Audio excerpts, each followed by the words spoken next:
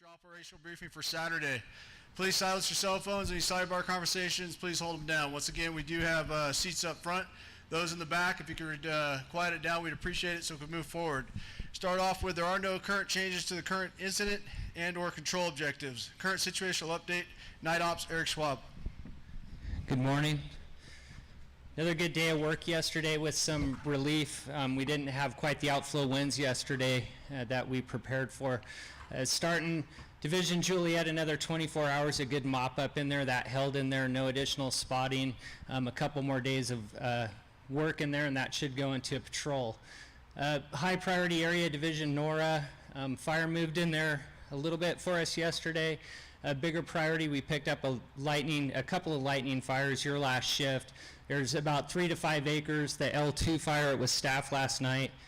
Large priority to continue working that and mopping that up today. Division R, we picked up a couple of small additional spots last night, not too big of a factor.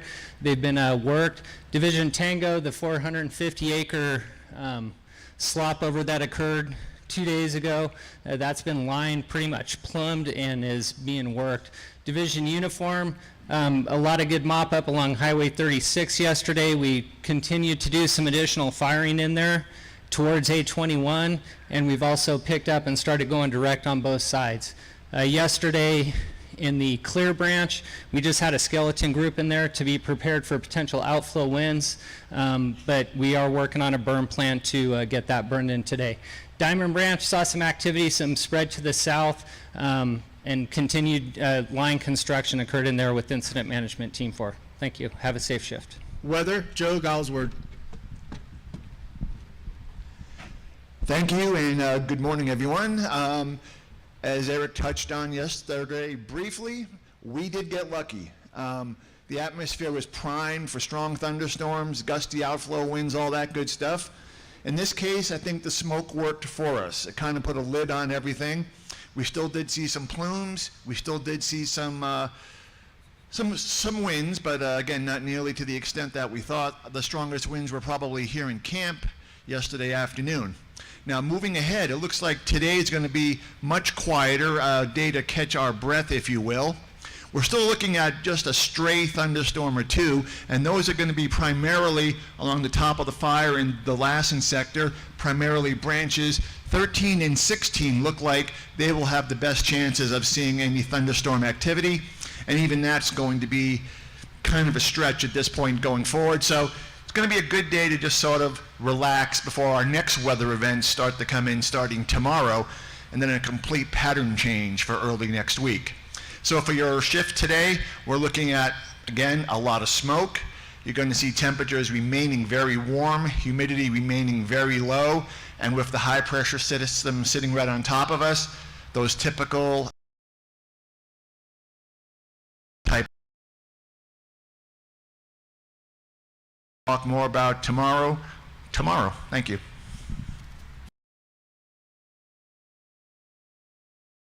Morning. I wanted to remind everyone, especially the people that are new to the incident, that we have that fuels and fire behavior advisory. It's the page directly behind your fire behavior forecast.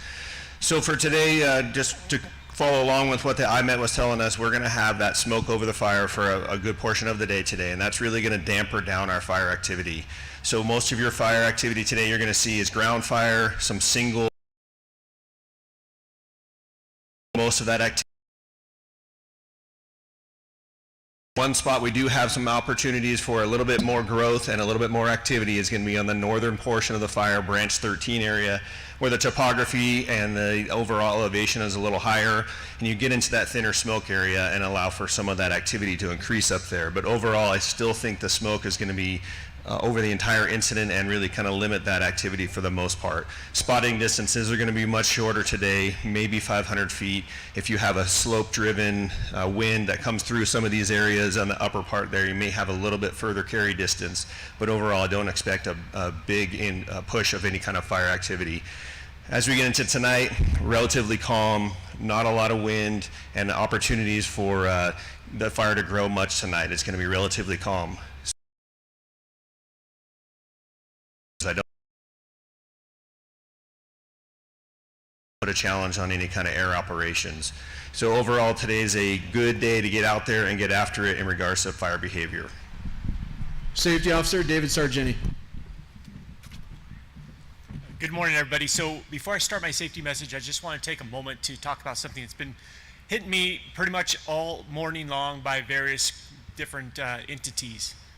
The speed on this incident needs to change. Okay, I'm going to say it again.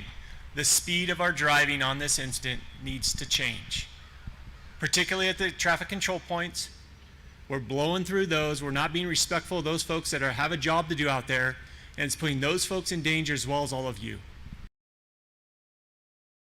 To make the change and change the speed of the driving on this incident.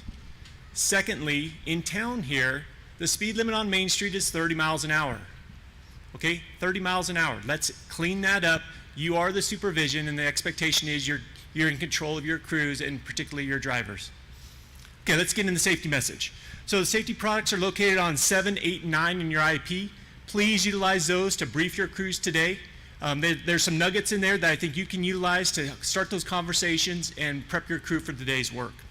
A couple things we want to talk about. First is snags. Obviously, before we got here, the forest was ravaged by the drought that we've had in the last couple of years. We have then introduced fire. In the last few days, we've introduced quite a bit of wind. So the snags are ripe and primed for hazards to you. Make sure you have a plan for your folks, post your lookouts, make sure you have your exit strategies, and prep your folks for what they have today with the snags. Next is, we are in mop-up operations on many of the divisions on the assignment or on the incident. Prep your folks for that hydration, the nutrition, and the pace for the day to make it through that mop-up operation. It is a lot of focus on the tasks at hand, and you as supervisors and leadership need to continue to motivate the folks to be there to do that. We will have 12 safety officers on the line today to support your operations, and the safety trailer is located in Trailer Row. If you need to come by and have a chat, more than happy to do that. With that, have a safe and productive shift. Operations, Mark Brunton. Good morning. Welcome back to all of you that have been with us, and for all of you new to the incident, welcome to the Dixie incident. Overall, the Dixie incident, we have it split into 2 zones, an east and west zone. Incident Management Team 3, where you're at right here, we have the west zone. West zone is set into 3 sectors, each sector having a number of branches, and then within that, divisions and groups. We will do a roll call down to the division level. The Butte sector is going to be down in the Butte area, and they are doing a remote briefing down there. So we will mention them as part of our call out. However, they will not physically be here. So for our Butte sector, the branch director is Tapia, and then the divisions will be Casone. Moving on to the resources that are here in the Lassen sector, Bohol. Here. Branch 9 is Ham. Here. Division Kilo, Perry. Here. Division Lima, Reese. Here. Branch 13, Hispanic. Here. And Clemec. Here. Divisions November, Papa, and Lassen are up in the park. Contingency Group English. Here. Branch 16, Thornton. Here. Division Romeo, Swope. Here. Division Tango, Brown. Here. Division Uniform, Spindler. Here. Lassen Heavy Equipment Group, Volmer. Here. Moving on to the Westwood sector, Norman. Here. Lake Branch, Lovelace. Here. Division Juliet, Delamonica. He's strike team leader in that division. Chester Group will be McGovern. Here. Moving on to the Clear Branch, Walton. Here. The 147 Group, Grindal. Here. Meadow Group, Pangburn. Morning. And Zimmerman. Here. Peninsula will be Mara, and he's a strike team leader. Westwood will be Schmidt. Here. Diamond Branch, Jerry. Here. Coyote Group, Garcia. Here. Wildcat, Brady. Here. Fire suppression repair will be down in the Butte, that's Derby, and staging Rodriguez. Here. Okay, so our priorities for the day. Within the Lassen, we're going to continue our infrastructure protection through aggressive perimeter control. We have the lightning fire, that's the Morgan group, and we're going to be hammering that today. And then the last two priorities will be the east part of the fire, then the north part of the fire. Those are the priorities for the Lassen sector. In the Westwood sector, our priority is going to be supporting the Lassen sector with their endeavors, especially along the Highway 36 corridor, which will be providing protection for the communities south of 36.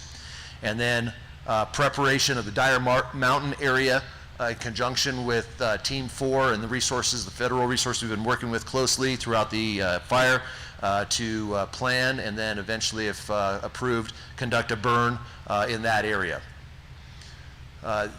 As you've heard from IMAT and FBAN, we have a nice little lull in the weather compared to what we've seen in the past 2 days that have challenged us and challenged you. So let's take advantage of that, okay? Take the initiative at this point in time on this fire today. Take the advantage of these conditions, okay, and enjoy those successes of those conditions and your works and your fruits of the labor, and fight fire like champions today. Air Operations, Matt Stanford.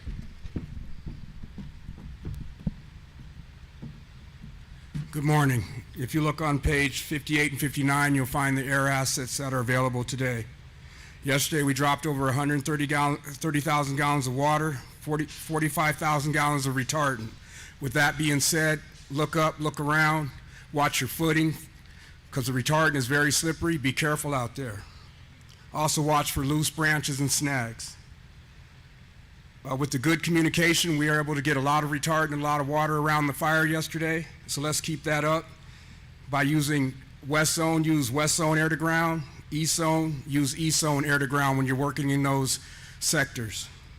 Today we have the VLAT, ASM, air attack and 2 tankers, 2 scoopers. We still have over 30 helicopters out of 4 helibases, 2 helibases in the West Zone, 2 helibases in the East Zone. Any medical emergencies, please follow the medical plan. Have a good day. Communications, Kyle Johnson. Good morning. Today is a clone day. The fire has been expanding. We weren't able to continue staying in one group, so we have 2 zones. So if you're in group or zone, correction, if you're in group 51 or group 15, depending on which radio you have, it's going to cover basically your west side of the fire. If you're in group 52 or group 14 in your radio plan, you're basically going to cover from Canyon Dam, southeast of Canyon Dam, to get coverage over into the Janesville. That's what we're trying to do. We did not have coverage into Janesville, so we came up with a new repeater system to reach into Janesville. So again, if you have any questions, I know it's kind of confusing, but if you are,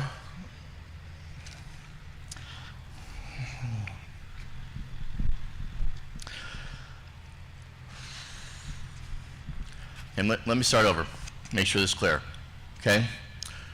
We have 2 groups, 51, 52, or 15 and 14 in your HTs. It's in the 205, it's in the 204, make sure you follow your 204. But basically group 51 is going to be the west side of the fire here, okay? The Mason-Dixon line is the branch division. If you're working for the east zone, make sure you use the east zone, but to reach out in here into Janesville, we were not able to reach, so we have group 52 to reach into Janesville. Medical, Kevin Fortney.